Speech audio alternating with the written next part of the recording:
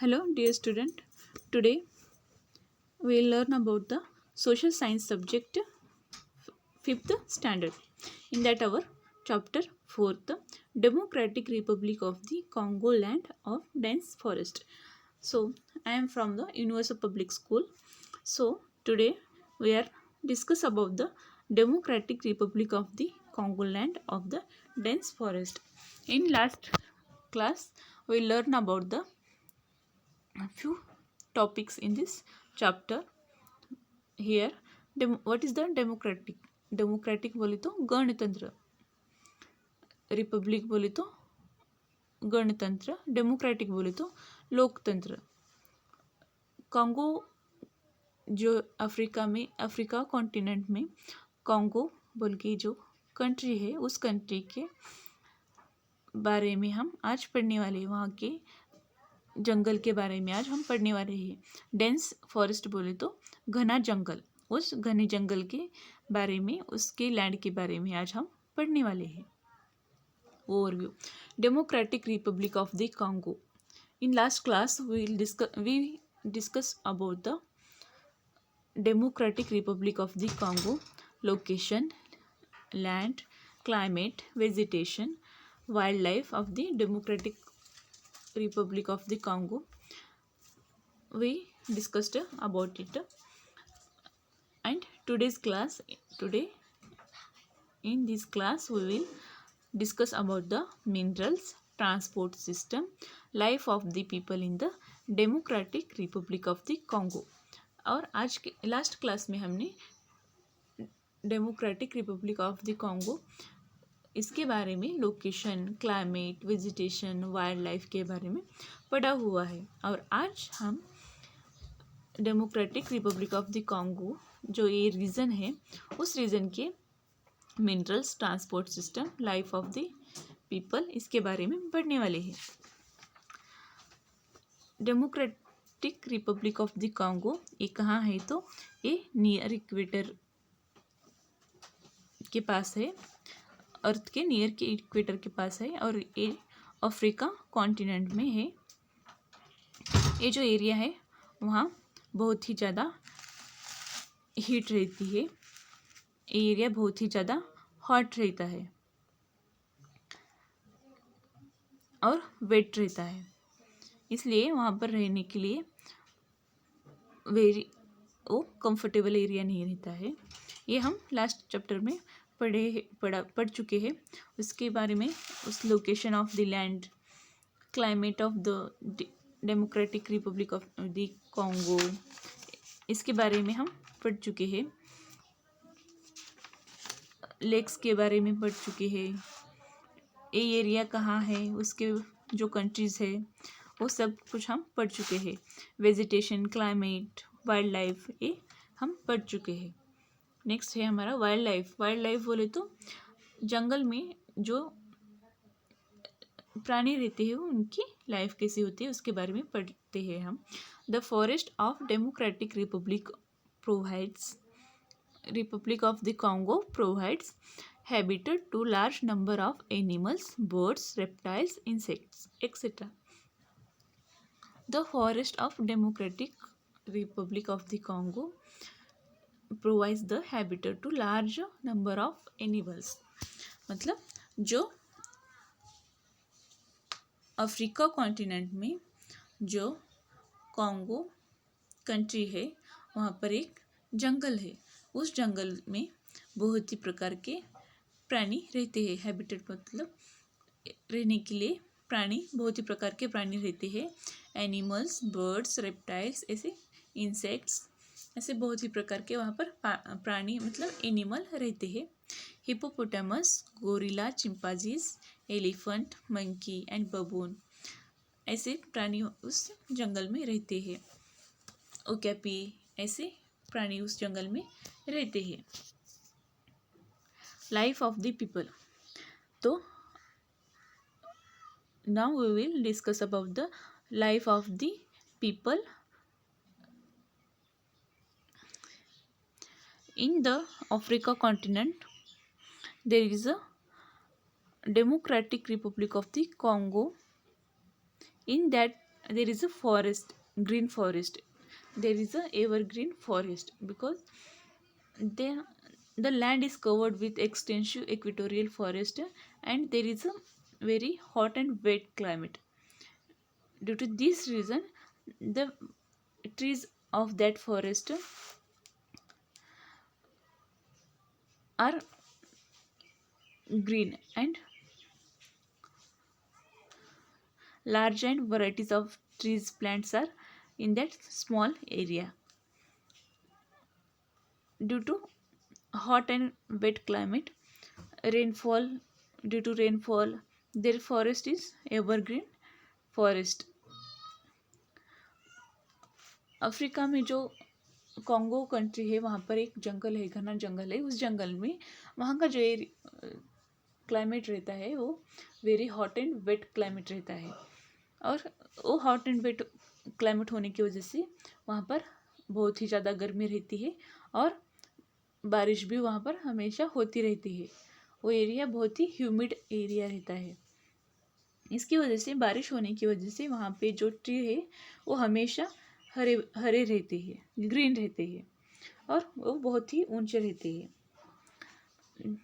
ये जंगल में रहता है, मगर वहाँ पर जो लोग रहते हैं उसके बारे में हम अब डिस्कस करने वाले हैं। Democratic Republic of the Congo has a very thin population. ये जो एरिया है DRC, ये जो एरिया है अफ्रीका कॉन्टिनेंट का, democratic Republic of the Congo area है, उस एरिया में वहाँ की जो पॉपुलेशन है, वहाँ पर जो लोग रहते हैं, लोक संख्या वहाँ की बहुत ही कम है। Through a number of ट्रिब,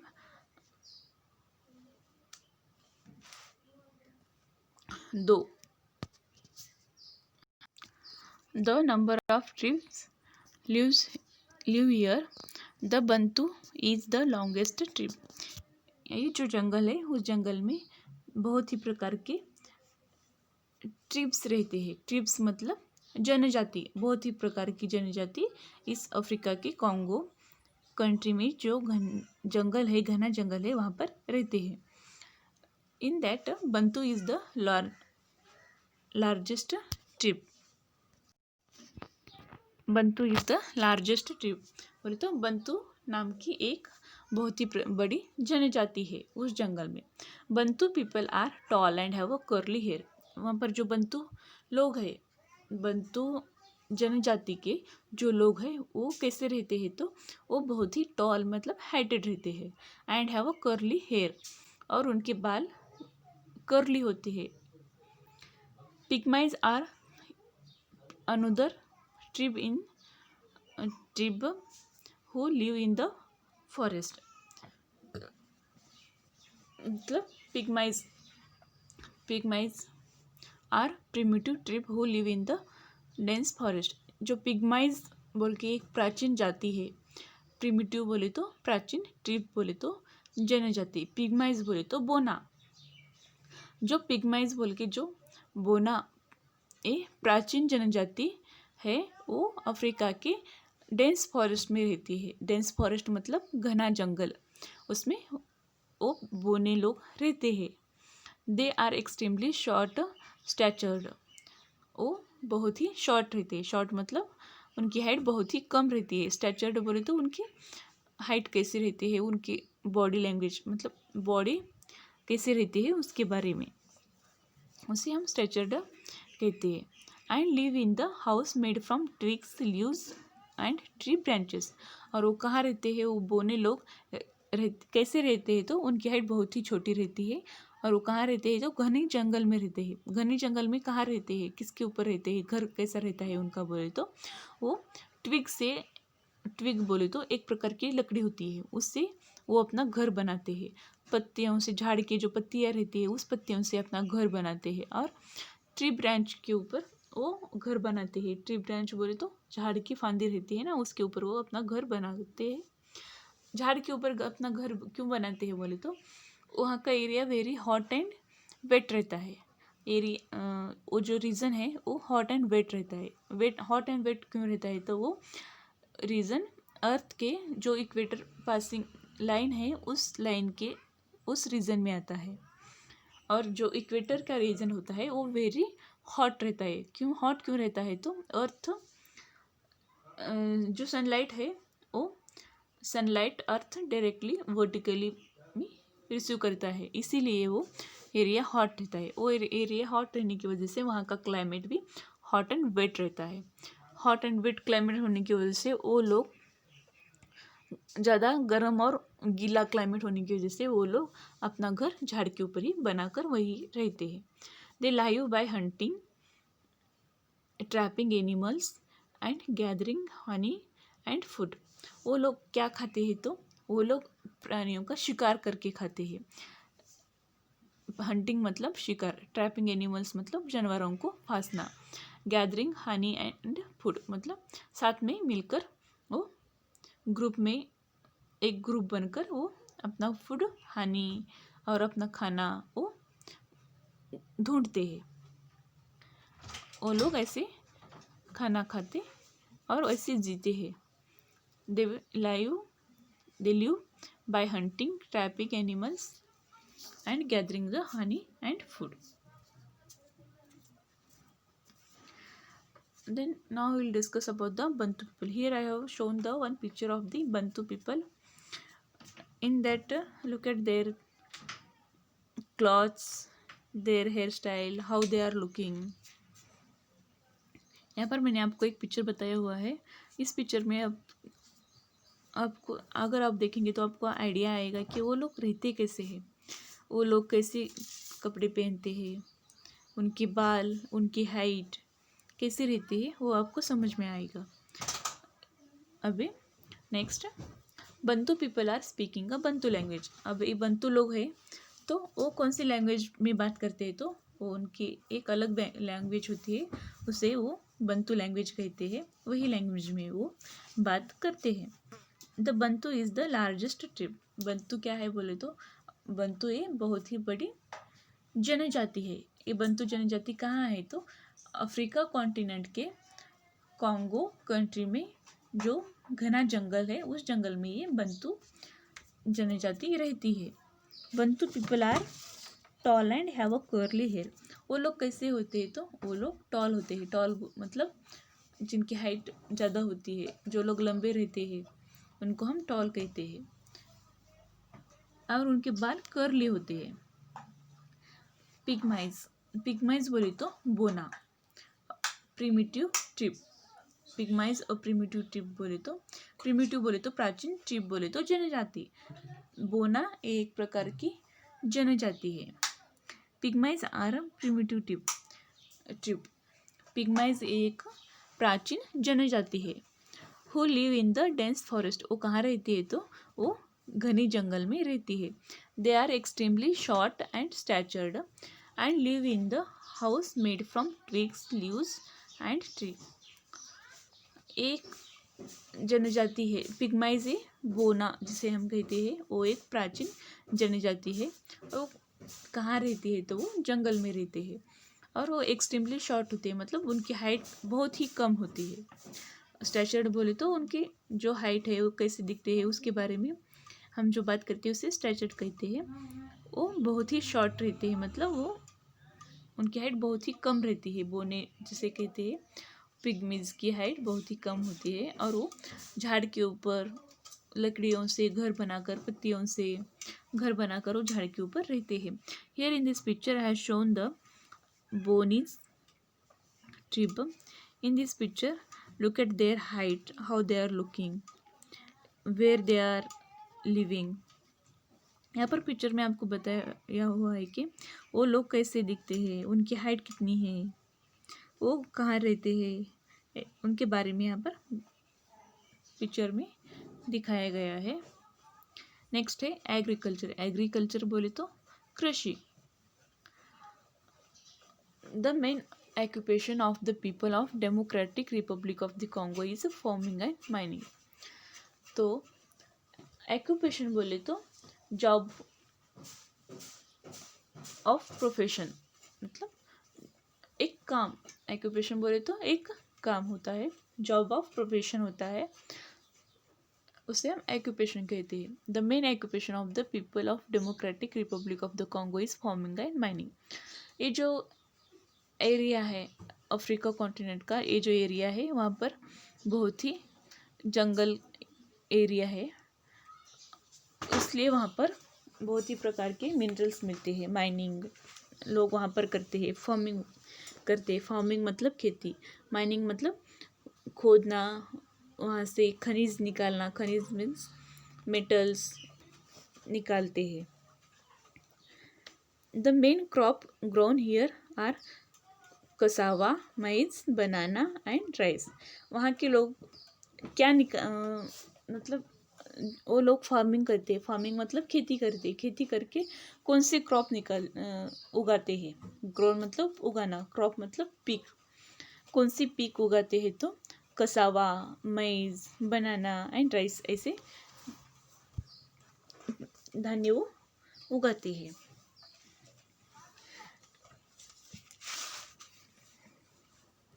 cassava क्या है तो starchy tuberous root of tropical trees. एक रूट है, ट्यूब की तरह एक रूट होता है, used as a food in tropical countries. मतलब ये जो होता है उसे फूड बोल के वो खाते हैं। वही फूड वो उगाते हैं, कसावा ही फूड वो खाते हैं। वो कैसा होता है तो starchy tuberous root of tropical trees. एक ट्री होता है, उस ट्री का वो रूट होता है, वो उसको वो खाते हैं और वही उनका मेन फूड होता है कसावा, जिसे हम कहते हैं। बनाना, राइस, मैज, ऐसे पी को ग्रो करते हैं। Cash crop like cocoa, coffee, tobacco and cotton are also grown here. यहाँ पर क्रॉप लाइक, क्रॉप बोले तो पीक जिसे कहते हैं, उसमें cocoa, coffee, tobacco and cotton ऐसे पीक को ग्रो करते हैं, बोले तो उगाते हैं। यहाँ पर कसावा लोगों के बारे में और जो पिक्चर है, पिक्चर में बताया हुआ है कि कसावा क्या और कैसे होता है। Look at the picture. Cassava बोले तो जिसे हम रूट मूड़ा कहते, मूड़ा रताड़ कहते हैं। मूड़ा मानी रताड़। रताड़ जो फूड है उससे हम इस पिक्चर में बताया हुआ है, उसे ही वो लोग कसावा वो कहते हैं। Cassava is the staple food crop. Cassava क्या है तो उनका मूल भोजन है। स्टैपल बोले तो मूल भोजन, स्टैपल फूड बोले तो मूल भोजन है उनका, और वो यही क्रॉप उगाते हैं। The cassava plant has a long and fleshy root. Cassava plants क्या है तो ये लॉन्ग मतलब तो लंबा रहता है। फ्लैशी बोले तो मसल जिसे कहते हैं, मतलब गुबगुबित भर भर के ऐसा रहता है। यहाँ पर पिक्चर में बताया हुआ है वैसा, जैसे कि रताड़ जिसे हम कहते हैं वैसा ये फूड रहता है। और ट्यूबलर्स अंडर द ग्राउंड, ये कहाँ पर उगता है तो जमीन के अंदर ही उगाते हैं इसको। It is tuber are use to make a flour. इसका फ्लोर करने के लिए भी यहाँ का इसका पाउडर बनाने के लिए भी इसका यूज होता है। Cassava plant can grow to a height of 1.5 metre. एक इसका हाइट कितना होता है तो इस प्लांट का height 1 metre, half metre, 1.5 metre तक इसका हाइट होता है। इस कसावा प्लांट का अफ्रीका कंट्री में एक कसावा प्लांट जो उगाते हैं वो लोग, उसका हाइट कितना होता है वो 1.5 मीटर तक उसका हाइट होता है, और वो ज़मीन के अंदर ही उगाते हैं। मतलब उसके रूट जो होते हैं वो ज़मीन के अंदर ही रहता है। कसावा प्लांट जो रहता है वो ज़मीन के अंदर ही ग्रो होता है, और वहाँ से ही वो निकाल कर उसे खाते हैं। मतलब वो उनका स्टैपल फूड है, मतलब मूल भोजन है उन लोगों का। Now will discuss about the industry. Here I have shown the picture of the Congo, Democratic Republic of the Congo in the industry picture. Democratic Republic of the Congo is rich in minerals like gold, diamond, cobalt, uranium and manganese. ये जो area है Democratic Republic of the Congo का, ये जो area है वो वहाँ पर हमें बहुत ही ज़्यादा मिनरल्स मिलते हैं।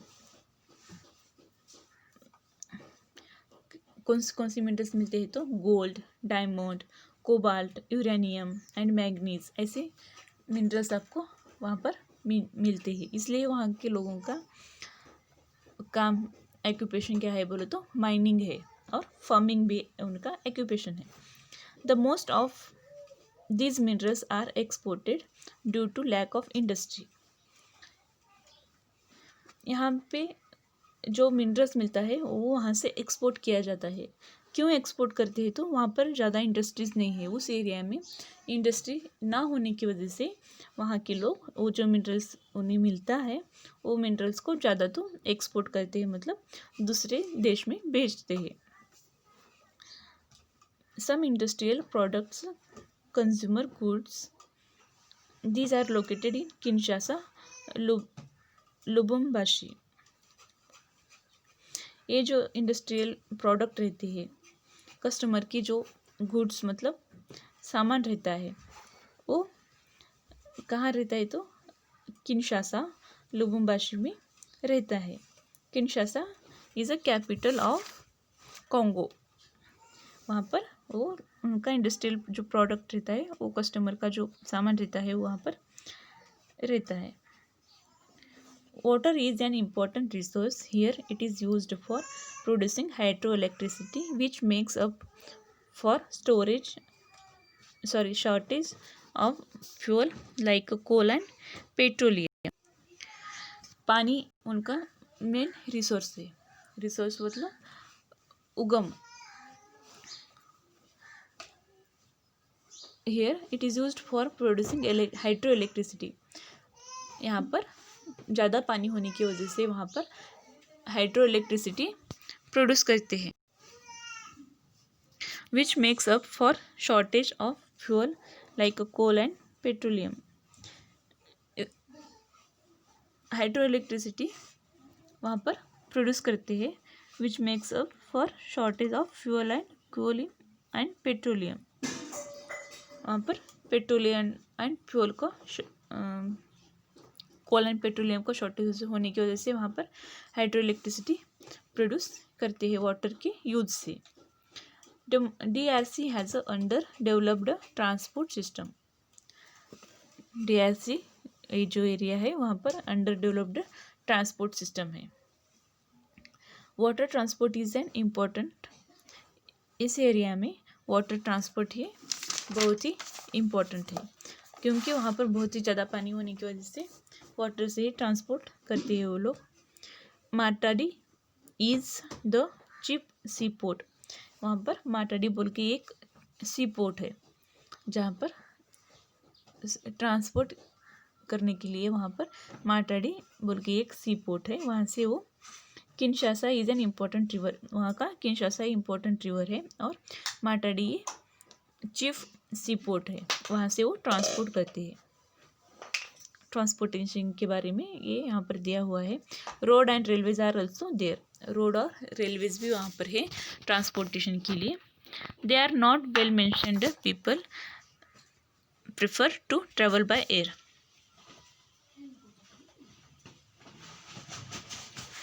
They are not maintained. People prefer to travel by air. बहुत ही ज़्यादा लोग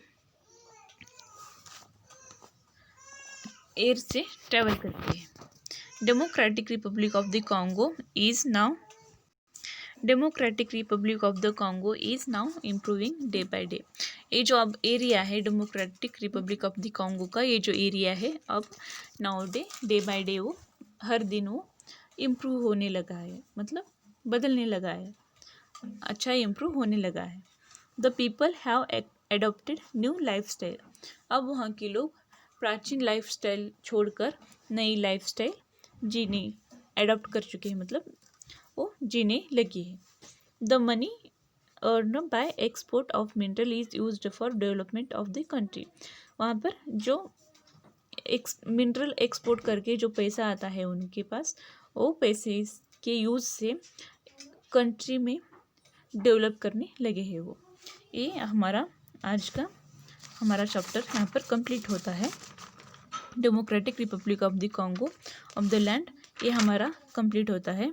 इन this chapter we learn about the equatorial region, evergreen forest, vegetation, primitive tribes, और the Democratic Republic of the Congo is located near the equatorial region. These all things we learn in this chapter. Now we will see the question and answer of this chapter. In that first is tick, right mark, correct the answer. In that first is which important line of latitude passes through Democratic Republic of the Congo? In that first option is equator, second A equator, B Tropic of Cancer, C Tropic of Capricorn. तो ये हमें 3 option दिया हुआ है। इसका answer क्या है? तो इसका आंसर ए इक्वेटर है, से राइट मार्क किया हुआ है। सेकंड है which is the characteristic vegetation of Democratic Republic of the Congo? Option evergreen, A evergreen, B coniferous, C deciduous. तो हमारा आंसर है A evergreen. Third, the climate of Democratic Republic of the Congo is A hot and humid, B cold and wet, C hot wet and humid. तो हमारा answer है hot wet and humid, C. Fourth है choose the incorrect statement.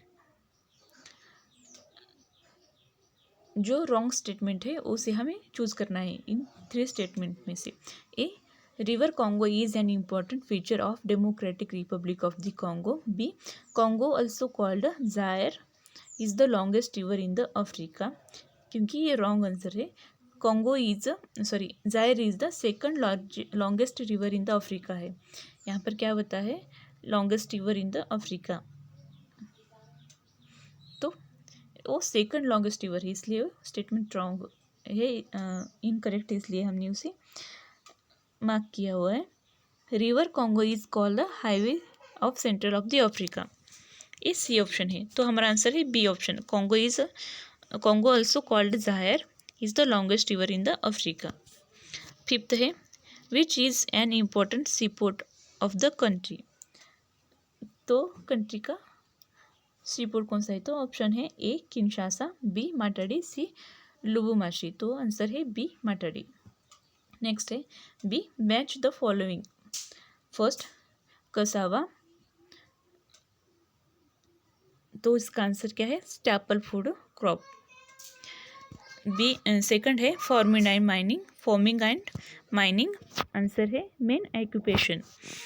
Third है Bantu is the largest tribe, तो हमारा answer है B tribe, longest tribe. Pygmies, fourth pygmies, answer है C short statured. Fifth Kinshasa, answer है E capital. Next है fill in the blank, choose the word from the box. यहाँ पर box में आपको वर्ड दिया हुआ है यहाँ पर ब्लू कलर में, तो आपको वो वर्ड यहाँ पर लिखना है आपके बुक में।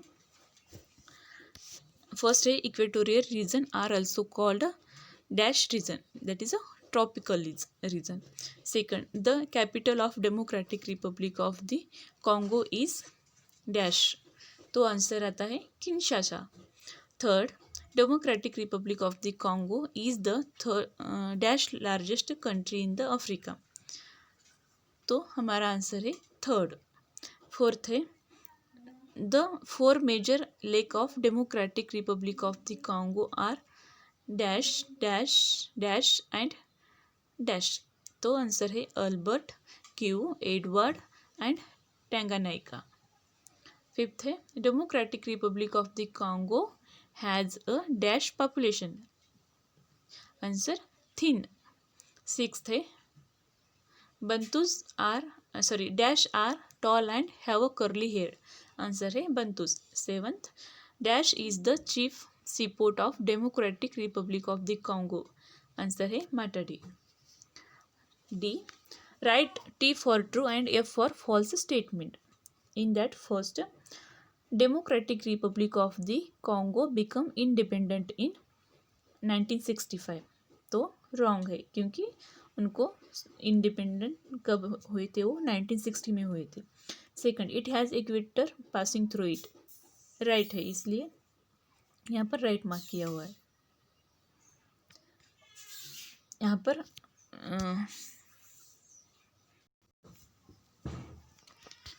पर first Democratic Republic of the Congo become independent in 1965 is a false statement, इसलिए हमने वहाँ पर एफ लिखा है.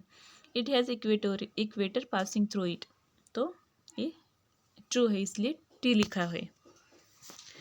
The Congo river is also called Zaire river. True है, इसलिए टी लिखा है. Fourth, Kerala in our country has the same climate as Democratic Republic of the Congo. Answer correct है, इसलिए यहाँ पर हमने टी लिखा है. फिफ्थ है, there are no trees in Democratic Republic of the Congo. तो आंसर है फॉल्स है, इसलिए एफ लिखा है. Sixth, forest provides raw material for many industries. T, true. Seventh, Democratic Republic of the Congo is highly populated. False, F. Eighth, people of the Democratic Republic of the Congo live by hunting, trapping animal and gathering honey and food. ये हमारा true है, statement true है, इसलिए हमने यहाँ पर T लिखा हुआ है.